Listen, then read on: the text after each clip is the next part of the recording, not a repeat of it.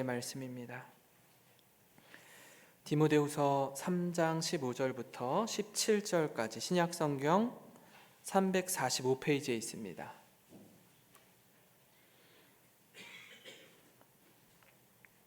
제가 봉독해 올리겠습니다. 3장 15절입니다. 또 어려서부터 성경을 알았나니 성경은 능히 너로 하여금 그리스도 예수 안에 있는 믿음으로 말미암아 구원에 이르는 지혜가 있게 하느니라. 모든 성경은 하나님의 감동으로 된 것으로 교훈과 책망과 바르게 함과 의로 교육하게 유익하니 이는 하나님의 사람으로 온전하게 하며 모든 선한 일을 행할 능력을 갖추게 하려 함이라. 아멘. 우리가 필요로 하는 물건을 사면 꼭 들어있는 게 있습니다. 때로는 가구일 때도 있고요. 주로 이제 전자기기, 전자제품을 살 때 들어있는 게 있는데 그게 뭘까요? 사용 설명서입니다. 사용 설명서가 들어있는데 처음 구입한 제품을 어떻게 사용하는지 모를 때 사용 설명서를 보면 어떻게 작동하는지 또 사용하면 되는지 친절하게 설명하고 있습니다. 왜냐하면 그 제품을 만든 회사의 전문가들이 이 제품을 가장 효율적으로 사용할 수 있도록 아주 상세하게 기록해 놓은 설명서이기 때문입니다. 핸드폰을 많이 사용을 하는데 저희 아들, 딸도 이제 초등학생 고학년이 되고 중학생이 되니까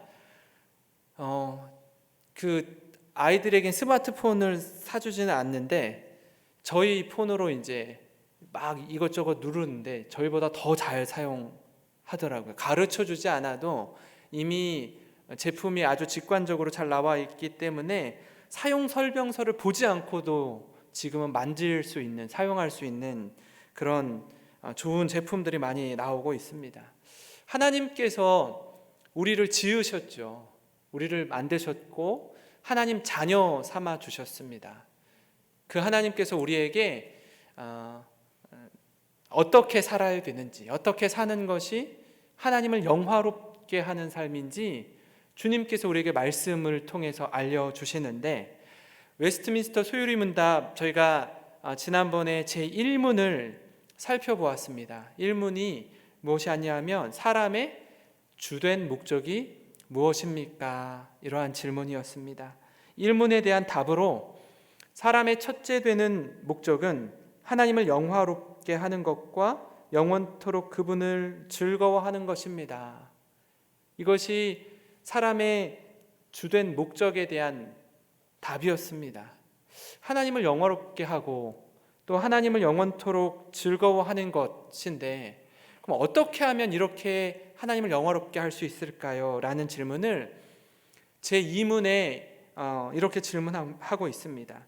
하나님께서 무슨 규칙을 우리에게 주시어 어떻게 자기를 영화롭게 하고 즐거워할 것을 지시하셨습니까? 라는 질문입니다. 하나님이 직접 우리에게 어떤 규칙을 주셨다라는 겁니다. 이 규칙대로 살면 하나님을 영화롭게 하고 즐겁게 할 수 있다라고 주신 사용 설명서가 있다라는 겁니다. 2013년, 지금으로부터 7년 전입니다. 7년 전에 영국의 썬더랜드에 있는 빛의 경기장에서 마라톤 대회가 열렸습니다. 5천여 명이 넘는 많은 마라토너들이 참여를 했는데, 이 가운데 여기 지금 나와 있는 마크 후드라는 이 선두에 서서 달리던 이 사람 외에는 5천 명의 선수가 실격을 했습니다. 다 이 마라톤 42.19km를 뛰었다라고 생각하고 다 결승선에 들어왔는데, 이 1등으로 뛴 마크 후드 외에는 전부 다 실격 처리가 됐습니다. 왜 그런가 했더니 이 선두로 치고 나가던 이 마크 후드 외에 2등과 3등으로 3위로 뛰고 있던 이 두 사람이 1위와의 격차가 너무 좀 이렇게 많이 나기 시작한 거예요. 그래서 1위가 더 이상 보이지 않는 거예요. 근데 2위와 3위가 이 원래 뛰어야 하는 마라톤 코스를 이탈해서 잘못된 길로 들어섰습니다. 근데 나머지 2위와 3위를 뒤따르던 5천여 명의 사람들도 다 같이 뒤따르기 시작한 거예요. 그래서 어쨌든 끝까지 다 뛰긴 뛰었어요. 전부 다 5천여 명이. 근데 264m, 42km 중에서 고작 264m의 거리를 이게 누락이 된 거예요. 이만큼이 들어오지 못해서 죽을 힘을 다해 뛰고 다 실격 당했습니다. 이게 실제로 있었던 일이에요. 만약에 우리가 인생의 마라톤을 뛰는데 우리 성도님들 모두 열심히 주님 앞에서 마라톤을 뛰고 인생의 결승선 앞에 섰는데 만약에 하나님께서 얘 너 잘못 뛰었어, 거기 아니야 라고 말씀하신다면 얼마나 이 당황스럽고 억장이 무너지겠습니까? 하나님을 영화롭게 하고 그분을 영원토록 즐거워하기 위해서도 우리가 반드시 알아야 할 규칙이 있습니다. 그것을 이 이문에 대한 답으로 이렇게 말씀합니다. 우리 같이 한번 읽어볼까요? 신구약 성경에 기록된 하나님의 말씀은 어떻게 우리가 그를 영화롭게 하고 즐거워할 것을 지시하는 유일한 규칙입니다. 아멘. 하나님을 영화롭게 하고 즐거워할 수 있는 유일한 규칙이 뭐라고요? 하나님의 말씀, 성경. 이 성경을 통해서 하나님의 말씀, 하나님을 영화롭게 하고 하나님을 즐거워할 수 있는 것이 이 안에 답이 있다라고 성경이 말씀합니다. 성경을 알지 못한 채 이건 뒷전으로 하고 우리의 열심과 생각만으론 하나님을 기쁘시게 하거나 하나님을 영화롭게 할 수 없습니다. 기독교는요, 하나님 자신을 우리에게 알려주시는 종교입니다. 우리가 스스로 하나님을 알 수 없습니다. 그래서 하나님이 우리에게 계시해 주셔야만 하나님이 어떤 분이신지 알 수 있는데 그것을 하나님의 말씀, 성경을 통해서 하나님이 어떤 분인지 알려주고 있는 겁니다. 어떤 공동체마다 어느 기관이며 학교며 사회며 국가며 어느 곳이든 지켜야 할 규칙, 매뉴얼, 법이 있습니다. 그래서 어떤 일이 일어났을 때 거기에 맞도록 매뉴얼대로 진행이 되고 그 규칙대로 일들이 매끄럽게 이루어지지 않으면 어려움이 발생합니다. 지금도 무슨 바이러스죠? 네, 코로나 바이러스인가요? 그런 이렇게 어떤 일들이 메르스 때도 마찬가지고 지금 중국에서 일어난 코로나 바이러스도 마찬가지고 어떤 특별한 상황이 닥치게 되었을 때 여기에 어떻게 대응해 나가야 할 것인가에 대한 매뉴얼이 있습니다. 이 매뉴얼대로 사건과 사고에 대해서 하나하나 대응하고 진행되지 않으면 삽시간에 그 중국뿐만 아니라 전 세계가 어려움에 휩싸이게 되는 것처럼 규칙과 기준이 분명하게 있어야 됩니다. 우리 교회도 마찬가지일 겁니다. 부서마다, 속회마다, 기관마다 정해진 매뉴얼과 기준과 규칙이 있으면 거기에 맞게 대응하면 됩니다. 아주 특별한 경우에는 또 그때에 맞게 특별한 규칙을 세우면 됩니다. 그런데 이게 없으면 어떤 일이 발생할 때에 그때마다 상황이 달라지게 되는 거예요. 분명히 이때는 이렇게 했는데 이 상황에선 또 다르게 반응하는 겁니다. 원칙이 없기 때문에 누가 뭐라고 할 수도 없어요. 원칙이 없는데 뭐라고 하겠습니까? 기준이 없는데 뭐라고 하겠어요? 그러다 보면 점점 관계도 불편해지고 이게 도대체 어떤 방향으로 어떻게 나아가야 되는지 웅성웅성거리고 방향이 잘못되게 나갈 수 있다라는 겁니다. 하나님께서 우리에게 하나님이 어떤 분이신지 일반적으로 그분이 자신을 우리에게 보여준 계시를 일반 계시라고 합니다. 일반 계시는 우리가 잘 아는 것처럼 자연의 어떤 법칙들, 그리고 하나님께서 만드신 자연 만물을 통해서 알 수 있습니다.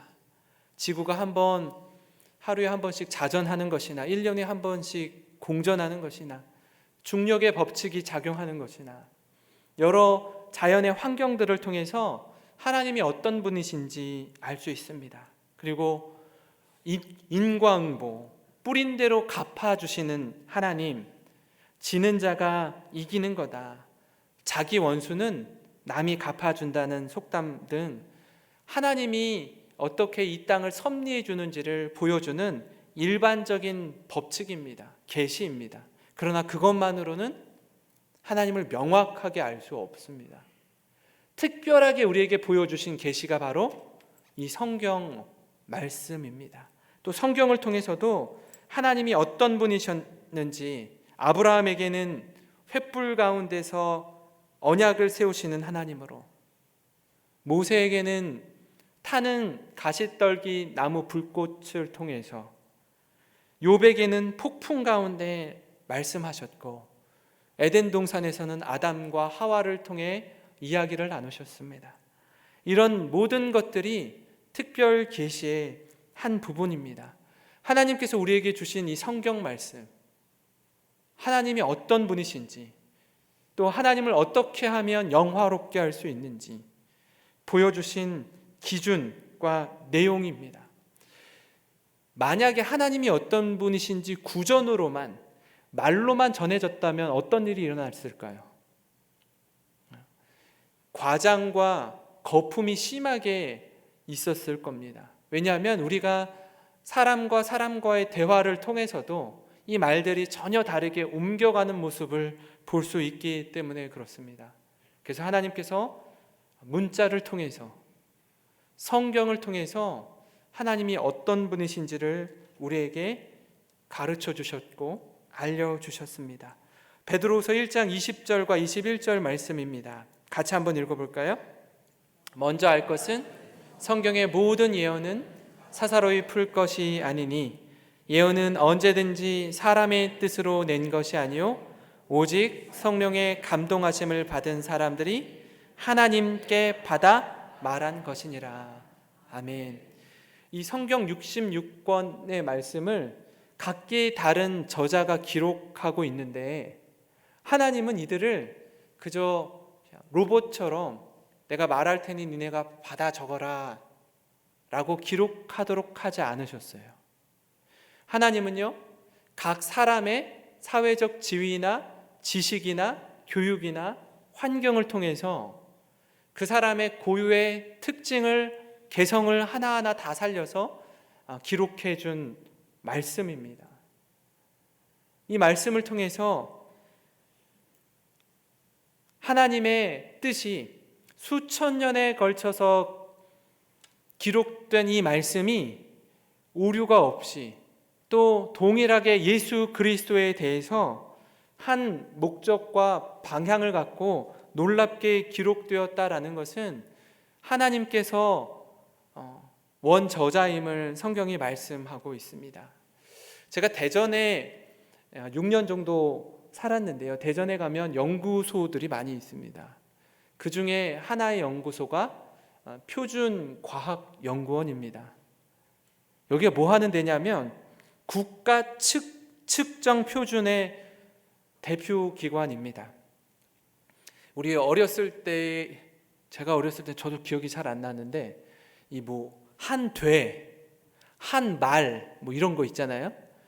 이렇게 한 가마, 이런 되박이나 이 말통이나 이런 측정하는, 그걸 뭐라고 하냐면 도량형이라고 하거든요. 길이를 재는 걸 도라고 그러고, 양을 재는 걸 량이라고 하고, 형은 까먹었네 갑자기. 하여튼 이렇게 도량형, 이렇게 재는 측정 단위들이 있는데, 이게 우리나라는 요만큼이 한도인데 중국은 이만큼이 한도면요, 서로 거래하는데 문제가 생기는 거예요.